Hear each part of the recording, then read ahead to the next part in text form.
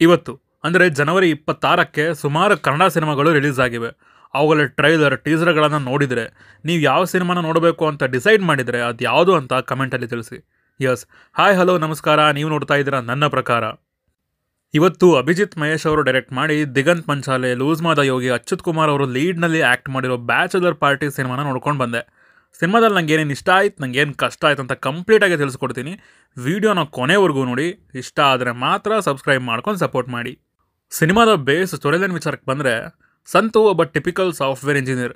ಮದುವೆ ಆಗಿ ಅದರಿಂದ ಏನೂ ಸಂತೋಷ ಇಲ್ಲದೆ ಜೀವನ ಮಾಡ್ತಾ ಇರ್ತಾನೆ. ಈ ಟೈಮ್ಗೆ ಅವನ ಫ್ರೆಂಡ್ ಬ್ಯಾಚುಲರ್ ಪಾರ್ಟಿಗೆ ಇನ್ವೈಟ್ ಮಾಡ್ತಾನೆ. ಆ ಪಾರ್ಟಿಯಿಂದ ಏನೇನೆಲ್ಲ ಆಯಿತು, ಇವನ ಲೈಫ್ಗೆ ಯಾರ್ಯಾರು ಬರ್ತಾರೆ, ಇವರ ಜರ್ನಿ ಹೇಗೆಲ್ಲ ಕಂಟಿನ್ಯೂ ಆಗುತ್ತೆ ಅಂತ ನೀವು ಸಿನಿಮಾ ನೋಡಿನೇ ತಿಳ್ಕೋಬೇಕು. ಸಿನಿಮಾದಲ್ಲಿ ನನಗೆ ಇಷ್ಟ ಆಗಿದ್ದು, ಈ ಸಿನಿಮಾದಲ್ಲಿ ಬರೋ ಒನ್ ಲೈನರ್ಸ್ ಸಿನಿಮಾಗೆ ಮೇಜರ್ ಪಿಲ್ಲರ್ಸ್ ಆಗಿ ನಿಂತಿದ್ದಾವೆ.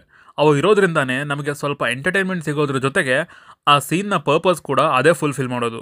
ಸಿನಿಮಾದಲ್ಲಿ ಕೆಲವೊಂದು ಕಡೆ ಬಿಟ್ಟರೆ ಇನ್ನೆಲ್ಲೂ ಬೋರ್ ಆಗಲ್ಲ. ಆಡಿಯನ್ಸ್ನ ಎಂಗೇಜಿಂಗ್ ಆಗಿ ಇಡಬೇಕು ಅಂತ ಕಂಟಿನ್ಯೂಸ್ ಆಗಿ ಸೀಕ್ವೆನ್ಸಸ್ನ ಚೇಂಜ್ ಮಾಡ್ಕೊತಾನೆ ಹೋಗ್ತಾರೆ. ಇದರಿಂದ ಇನ್ನೇನು ಬೋರ್ ಆಗುತ್ತೆ ಅನ್ನೋ ಅಷ್ಟರಲ್ಲಿ ಆ ಸೀನಿಂದ ಸ್ವಿಚ್ ಆಗಿ ಬೇರೆ ಸೀನ್ಗೆ ಶಿಫ್ಟ್ ಆಗ್ತಾರೆ. ಸೊ ಈ ಒಂದು ಸ್ಕ್ರೀನ್ ಪ್ಲೇ ನನಗೆ ಇಷ್ಟ ಆಯಿತು. ಫನ್ ಜನ್ರೇಟ್ ಆಗಲಿ ಅಂತಾನೆ ತುಂಬ ಎಲಿಮೆಂಟ್ಸ್ನ ಸಿನಿಮಾದಲ್ಲಿ ಇನ್ಕ್ಲೂಡ್ ಮಾಡ್ಕೊಂಡಿದ್ದಾರೆ. ಅವು ಕೂಡ ಅಲ್ಲಲ್ಲಿ ನಗುನ ತರಿಸೋಕೆ ಹೆಲ್ಪ್ ಮಾಡಿದ್ದಾವೆ. Next, characters and performances. ಸಿನಿಮಾದಲ್ಲಿ ಆಲ್ಮೋಸ್ಟ್ ಎಲ್ಲರ ಪರ್ಫಾರ್ಮೆನ್ಸ್ ಕೂಡ ಸಟಲ್ ಆಗಿತ್ತು. ಎಲ್ಲೂ ಕೂಡ ಓವರ್ ಆ್ಯಕ್ಟಿಂಗ್, ಓವರ್ ಡ್ರಾಮಾ ಅಂತ ಅನಿಸೋದಿಲ್ಲ. ಎಲ್ಲರದು ಆ್ಯಕ್ಟಿಂಗ್ ತುಂಬ ನ್ಯಾಚುರಲ್ ಆಗಿ ಮೂಡ್ ಬಂದಿದೆ.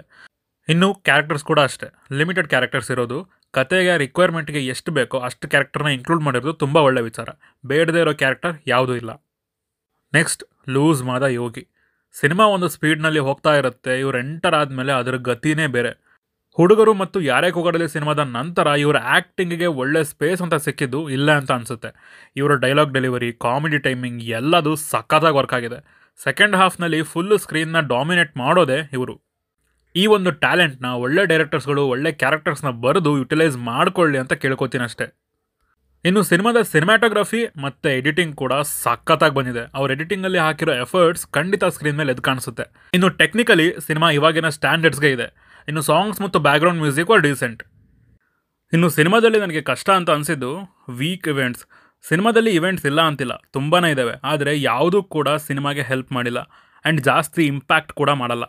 ಇನ್ನೂ ಕ್ರಿಯೇಟಿವ್ ಆಗಿ ಎಲ್ಲ ಮೇಜರ್ ಟ್ವಿಸ್ಟ್ಗಳನ್ನು ಪ್ಲ್ಯಾನ್ ಮಾಡ್ಕೋಬೋದಿತ್ತು ಅಂತ ಅನ್ನಿಸ್ತು.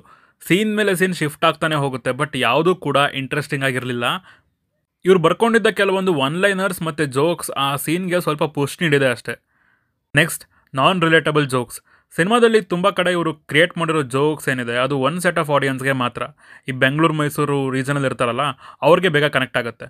ಅದೇ ಬೇರೆ ಕಡೆ ಅವ್ರಿಗೆ ಕನೆಕ್ಟ್ ಆಗೋಕ್ಕೆ ತುಂಬ ಟೈಮ್ ತಗೊಳುತ್ತೆ. ಜನರಿಕ್ ಮೆಥಡ್ನ ಫಾಲೋ ಮಾಡಿಕೊಂಡು ಟ್ರೈ ಮಾಡಿದರೆ ಎಲ್ಲ ಸೆಟ್ ಆಫ್ ಆಡಿಯನ್ಸ್ಗೆ ಎಂಟರ್ಟೈನ್ಮೆಂಟ್ ಅನ್ನೋದು ಸಿಗ್ತಾ ಇತ್ತು ಇಲ್ಲಿ ಅಂತ ಅನಿಸ್ತು. ಸಿನಿಮಾದ ಥಿಯೇಟ್ರಿಕಲ್ ಎಕ್ಸ್ಪೀರಿಯನ್ಸ್ ವಾಸ್ ಗುಡ್. ಹಾಗೆ ಫ್ಯಾಮಿಲಿ ಜೊತೆ ನೋಡ್ಬಂದರೆ ಈಸಿಯಾಗಿ ನೋಡ್ಬೋದು, ನೋ ಪ್ರಾಬ್ಲಮ್. ಓವರಾಲ್ ಆಗಿ ಹೇಳಬೇಕು ಅಂದರೆ ಇದೊಂದು fun field decent watchable movie. Diganth ಮತ್ತು ಲೂಸ್ ಮಾದ ಯೋಗಿ ಅವರ ಕಾಂಬಿನೇಷನ್ ಹೇಗೆ ವರ್ಕ್ ಆಗಿದೆ ಅಂತ ನೋಡಬೇಕು ಅಂತ ನೀವು ಅಂದ್ಕೊಂಡಿದ್ರೆ ಒಂದ್ಸತಿ ಆರಾಮಾಗಿ ಟ್ರೈ ಮಾಡ್ಬೋದು. ಈ ಸಿನಿಮಾಗೆ ನನ್ನ ರೇಟಿಂಗ್ಸ್ ಬಂದು 3/5. ಇದಿಷ್ಟು ಸಿನಿಮಾ ನೋಡಿ ನಂಗೆ ಅನಿಸಿದ ವಿಚಾರಗಳು. ನೀವು ಆಲ್ರೆಡಿ ಸಿನಿಮಾನ ನೋಡಿದರೆ ನಿಮ್ಗೆ ಅನಿಸುವಂಥ ಕೆಳಗಡೆ ಕಮೆಂಟಲ್ಲಿ ತಿಳಿಸಿ ಅಂತ ಹೇಳ್ತಾ, ನೀವು ನಮ್ಮನ್ನು ಇನ್ಸ್ಟಾಗ್ರಾಮ್ ಮತ್ತು ಟ್ವಿಟರ್ನಲ್ಲಿ ಕೂಡ ಫಾಲೋ ಮಾಡ್ಬೋದು ಸಿನಿಮಾದ ಅಪ್ಡೇಟ್ಸ್ಗಾಗಿ. ಸೊ ಸಿಗೋಣ ಮುಂದಿನ ವಿಡಿಯೋದಲ್ಲಿ. ಬಾಯ್.